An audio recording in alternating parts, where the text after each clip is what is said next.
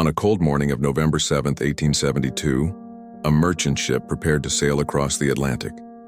Her name was Mary Celeste. She was commanded by Captain Benjamin Briggs, a well-respected sailor known for his calm demeanor and steady hand on the wheel. At his side stood his wife Sarah, a pillar of strength and grace, and their 2-year-old daughter Sophia, whose laughter echoed through the ship like the chime of distant bells. Also present were 7 crewmen, each carefully selected by Captain Briggs for their skills and reliability. Together they formed a tight-knit band of adventurers ready to conquer the vast expanse of the ocean. The Mary Celeste was a sturdy vessel built to withstand the harshest of seas. She sliced through the waves with ease, her sails billowing in the wind like the wings of a giant bird. On board, the crew bustled about, preparing the ship for the long journey ahead. They secured the cargo of over 1,700 barrels of industrial alcohol, making sure every barrel was tightly sealed and ready to endure the rocking of the sea. With everything in order, they dropped anchor and prepared to set sail. As the sun rose higher in the sky, bathing the deck in golden light, Captain Briggs gave the order to hoist the sails. The crew sprang into action, their movements a well-rehearsed dance of strength and precision as they pulled on ropes and adjusted the rigging. The Mary Celeste began to stir, inching closer to the horizon like a curious child eager to explore the world beyond the familiar shore.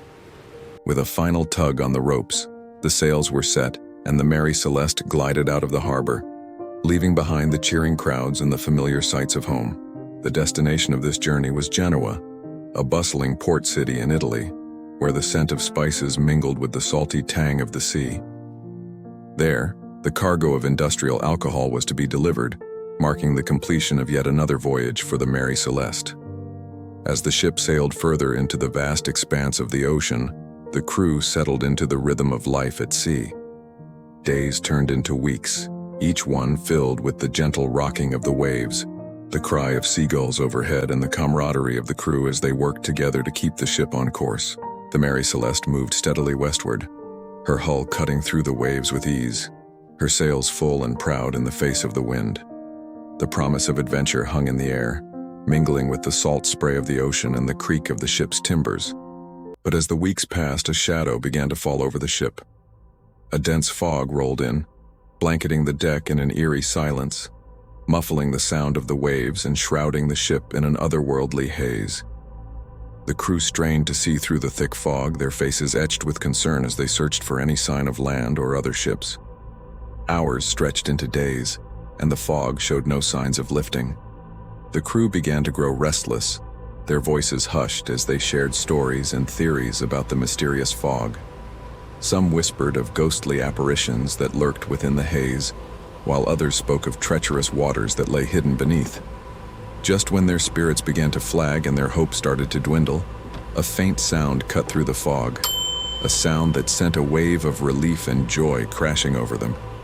The muffled cry of a ship's horn echoed through the mist, signaling the presence of another vessel. With renewed energy, the crew of the Mary Celeste began waving their arms and shouting, their voices hoarse from disuse, but their spirits soaring with the promise of rescue. The sound of the horn grew louder, and soon the shape of a ship began to emerge from the fog. As the ship drew closer, the crew of the Mary Celeste could make out the details. It was a British ship named Dei Gratia, under the command of Captain Thomas Nickerson. Upon seeing the distressed state of the Mary Celeste, Captain Nickerson wasted no time in offering assistance. He ordered his crew to prepare the ship for boarding and sent a group of men to investigate. As the boarding party approached the Mary Celeste, they noticed something that sent a chill down their spines. The ship was completely deserted. There was no sign of Captain Briggs, his wife, his daughter, or any of the crew. Fear and confusion gripped the boarding party as they stepped onto the deck of the Mary Celeste and began their grim task of discovery. Everywhere they looked, they found evidence of a hasty departure. The crew's belongings lay scattered around, suggesting that they had fled in a hurry. Personal items, tools, and clothing were strewn across the deck, as if the owners had simply vanished into thin air.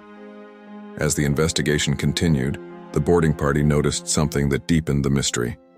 The ship was fully stocked with food and water, enough to sustain the crew for several months. There were barrels of fresh fruit, sacks of grain, and cases of preserved meats, all untouched and in perfect condition. It was as if the crew had left willingly, expecting to return soon. The ship's cabin offered more clues. The captain's logbook was open to the last entry, dated November, with Captain Briggs's neat script detailing their position and the ship's condition. The entry ended abruptly, as if the captain had been interrupted mid-sentence. Every page thereafter was blank, offering no insights into what might have happened. But perhaps the most unsettling discovery was made below deck. In the hold, the crew found a small number of empty and broken barrels, indicating that some of the cargo of industrial alcohol had been consumed. This detail hinted at a possible explanation for the crew's disappearance, but it raised more questions than it answered. Why would the crew have consumed part of the cargo and then left the ship without a trace? As the full extent of the mystery unfolded, whispers began to circulate among the crew of the Dei Gratia. Speculation ran rampant, weaving tales of mutiny, piracy, and supernatural occurrences. Some believed that the crew of the Mary Celeste had encountered a rival ship, engaged in a fierce battle, and perished in the struggle. Others suspected that the ship had struck an iceberg or some other underwater obstruction, causing panic and leading to the crew abandoning ship. Still, others whispered of a more sinister nature, suggesting that the crew had turned on Captain Briggs and his family, killing them and sailing away with the ship. Despite the haunting theories, Captain Nickerson knew he couldn't abandon the Mary Celeste without a thorough investigation. With the fate of the crew unknown, he felt compelled to uncover the truth and bring it back to their families. Leaving the Mary Celeste in the care of a few men, Captain Nickerson returned to New York with news of the abandoned ship and his disturbing findings. The city was in an uproar. The disappearance of the Mary Celeste and her crew dominated newspapers, capturing the public's imagination and giving rise to wild theories. Investigators were brought in, experts were consulted, and countless hours were spent poring over the scant evidence. Weeks turned into months, but the investigation yielded little concrete evidence. The truth remained elusive, hidden beneath the waves like a sunken treasure.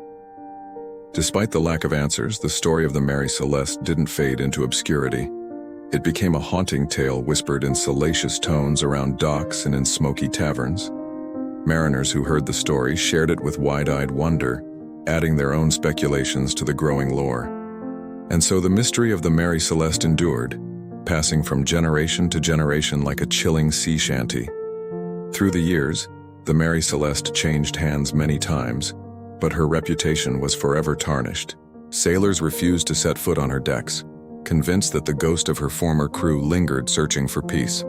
The ship became a shadow of her former self, her sails tattered, her hull worn, her spirit broken.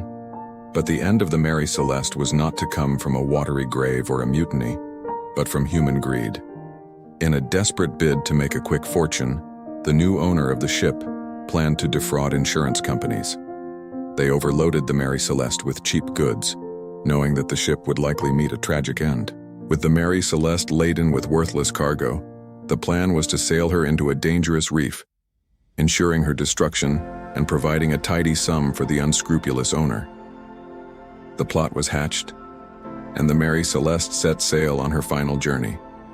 But the ship was old and weary, and the weight of her illicit cargo proved to be too much. During a violent storm, the Mary Celeste cracked and split, her hull unable to withstand the strain. The ship began to leak, and water rushed in, threatening to engulf the cargo and doom the ship. Panicked, the crew tried to bail out the water, but their efforts were futile. The Mary Celeste was doomed. With the ship's demise imminent, the crew abandoned her, hoping to save themselves. But the storm was too fierce, and one by one, the crew members were lost to the churning waters. Only one man survived, clinging to a piece of wreckage until he was rescued by a passing ship. The Mary Celeste was no more. Her legacy, however, lived on in the annals of maritime history. The tale of the Mary Celeste became a cautionary tale, a warning to those who dared to venture out to sea. The legend of the ghost ship and her crew persisted, a haunting reminder of the mysteries that lie beneath the waves.